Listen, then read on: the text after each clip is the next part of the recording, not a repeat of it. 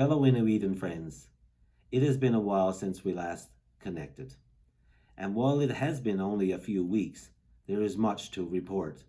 We transitioned into Alert Level 2 of the provincial COVID-19 alert system, which allows us to move more and gives us more liberty in our social interactions. And there are talks about going to Alert Level 1 in the coming weeks, and I know you are looking forward to seeing what that will bring. Many people throughout the province are having staycations this summer. This has also meant that more people are choosing to spend their vacation and their time in NunatuKavut. And they're connecting with family. They're on the water, they're on the land. And it is wonderful to hear the stories of people connecting and reconnecting to their place, to their home. I'm also seeing people in our communities becoming a little more relaxed about following the public health directives around COVID. I want to remind you to continue to be vigilant to help stop the spread of COVID-19 in our communities. This includes practicing social distancing. This means washing your hands. This means wearing a non-medical mask when you are in public and you can't social distance. And if you are here in NunatuKavut, we have those masks available under our wonderful initiative called One Mask at a Time. And you can get more information on that through our website at www.nunatukavut.ca/COVID-19 on our website. This is just one of the many crucial and successful initiatives that the NunatuKavut Community Council has rolled out to help address the urgent needs of NunatuKavut Inuit and our communities during this global pandemic. Many of these things are continuing to be implemented, with new programming being introduced as we monitor and assess the needs in our communities. And we have budgeted nearly $2.3 million for these significant initiatives.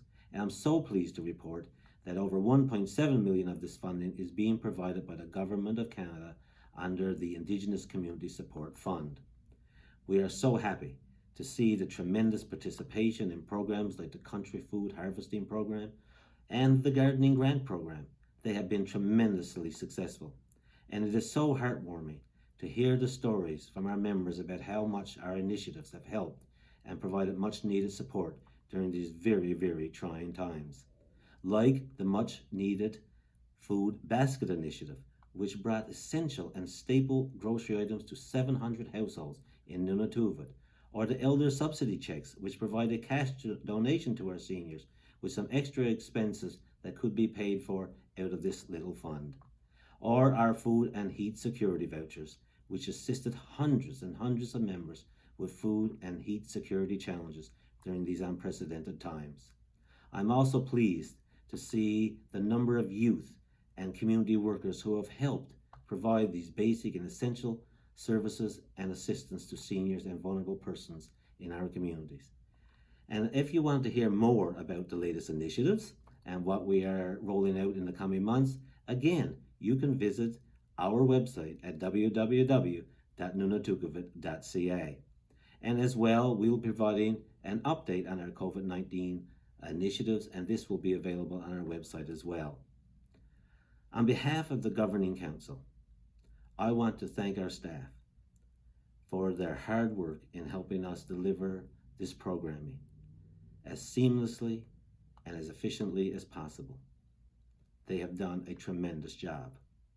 We are also sincerely appreciative of the support from groups like the Canadian Rangers and other allies and partners who have helped us on the ground and with these initiatives and responses.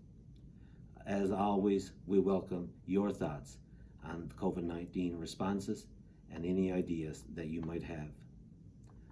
Although our offices are closed, basically to the public, you can reach out to us through our website, through our email, through our phone, and we will try to get back to you as soon as we can with the help and the information you may require. On a more personal note, this is my final COVID-19 message before our NunatuKavut general election, which is coming up on September the 29th. The way in which we are running our election, that in itself is a COVID-19 response, as it will be conducted mostly by computer or on phone. It will be an electronic format.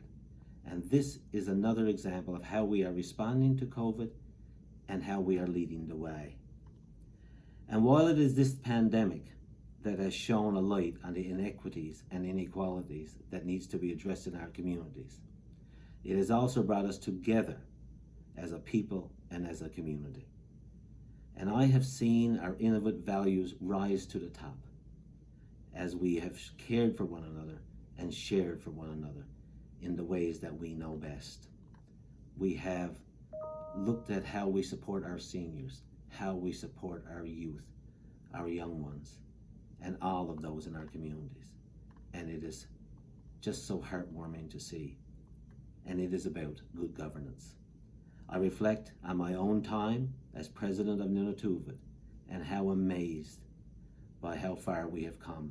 I am so honored to have shared this time with you, proud of the work we have done together, and the progress that we have made together has been nothing short of remarkable. I thank our governing council for their guidance and leadership and the integral way in which they have governed and made decisions.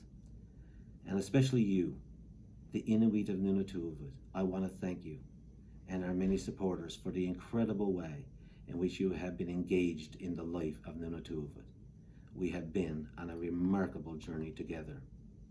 And yes, I want to continue this journey with you, which is why I'm letting my name stand for president in the upcoming election. Until we meet again, stay safe and stay healthy. Nakamik Sawak.